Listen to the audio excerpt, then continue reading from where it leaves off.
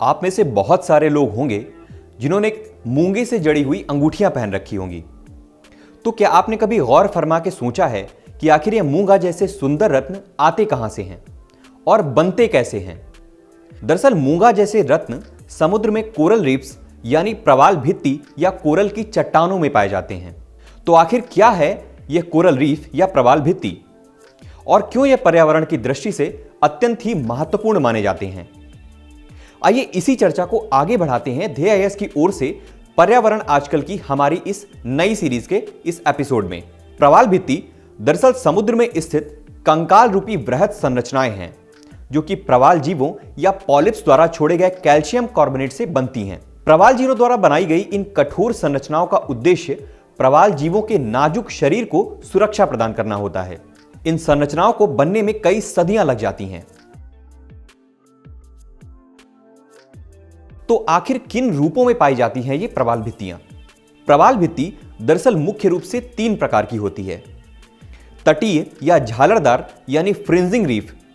आमतौर पर ये रीफ तटों से सटी होती हैं, किंतु कभी कभी इनके तटों के मध्य कुछ स्थान खाली छूट जाता है जिससे वहां पर लैगून या बोट चैनल बन जाता है। वहीं दूसरी ओर अवरोध या बैरियर कोरल रीफ जो तटों से थोड़ा सा दूर पर बनती है, किंतु इनका विकास तटों के समानांतर ही होता रहता है। ऑस्ट्रेलिया के उत्तर पूर्वी तट के निकट पाई जाने वाली ग्रेट बैरियर रीफ इसका अद्भुत उदाहरण है। तीसरा नाम आता है एटॉल का।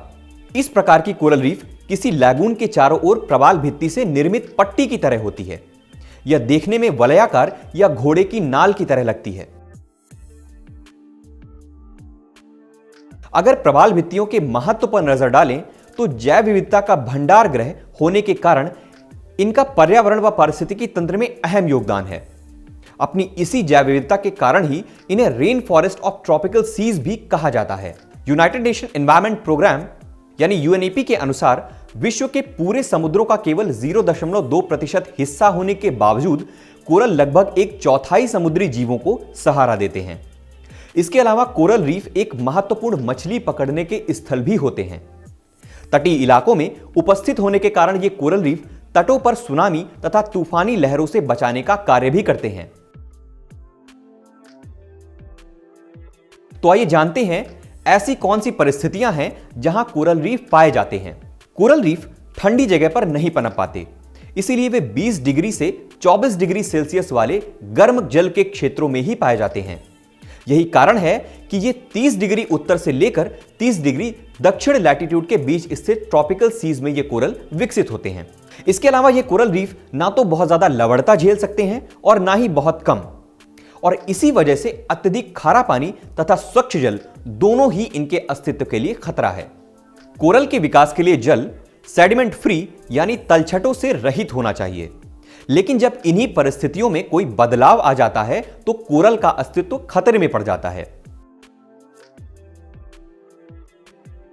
आज पर्यावरण के महत्वपूर्ण अन्य किरदारों की तरह ही कोरल रीफ भी मनुष्य के स्वार्थ के चलते संकट में आ गए हैं और अपने अस्तित्व की लड़ाई लड़ रहे हैं। जलवायु परिवर्तन, ग्लोबल वार्मिंग, महासागरों के अम्लीकरण, एल नीनो का प्रतिकूल प्रभाव तथा समुद्र में बढ़ते जा रहे प्रदूषण और सेडिमेंट्स का जमाव होने के कारण जब कोरल क्षेत्रों के जल में अचानक तापमान, लवणता, पीएच या पोषक तत्व में परिवर्तन हो जाता है, तब इन प्रतिकूल परिस्थितियों में कोरल उसमें उपस्थित एल्गी यानी शैवाल को निष्कासित कर देता है। ऐसा करने पर कोरल सफेद या रंगहीन हो जाता है। इस प्रक्रिया को कोरल ब्लीचिंग के नाम से जाना जाता है, जो कि आज एक गंभीर वैश्विक पर्यावरण संकट बन चुका है।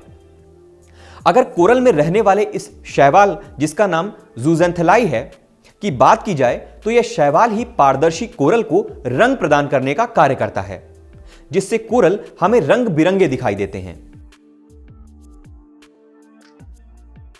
तो आइए अब चर्चा करते हैं कोरल के अस्तित्व को बचाए रखने के उद्देश्य से उठाए जाने वाले कदमों पर।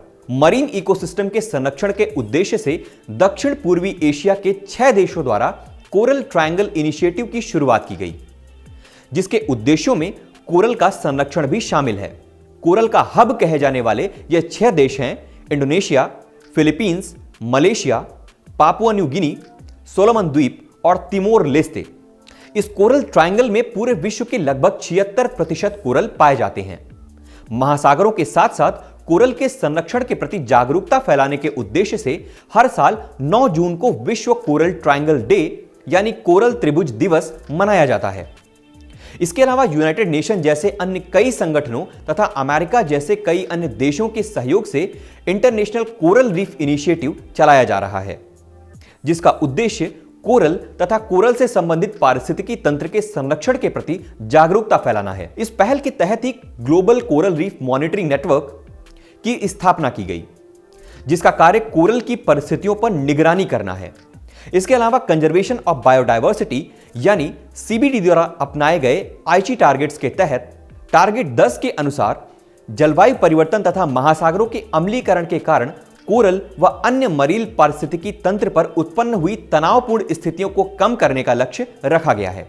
वहीं अगर भारत के संदर्भ में बात करें तो वन्यजीव संरक्षण अधिनियम 1972 के तहत कोरल को बाघों के बराबर का संरक्षण प्राप्त है। इसके अलावा पर्यावरण संरक्षण अधिनियम 1986 तथा कोस्टल रेगुलेशन जोन के नियमों के तहत भी कोरल को संरक्षण देने की बात कही गई है। भारत में मरीन प्रोटेक्टेड एरियाज के तहत कोरल रीफ मुख्य रूप से कई जगहों पर पाई जाती हैं, जैसे कि मन्नार की खाड़ी, कच्छ की खाड़ी, अंडमान निकोबार द्वीप समूह के निकट और लक्षद्वीप समूह के निकट आदि। हमारे आज के एपिसोड में बस इतना ही। मिलते हैं आपसे नए एपिसोड में एक नए टॉपिक के साथ।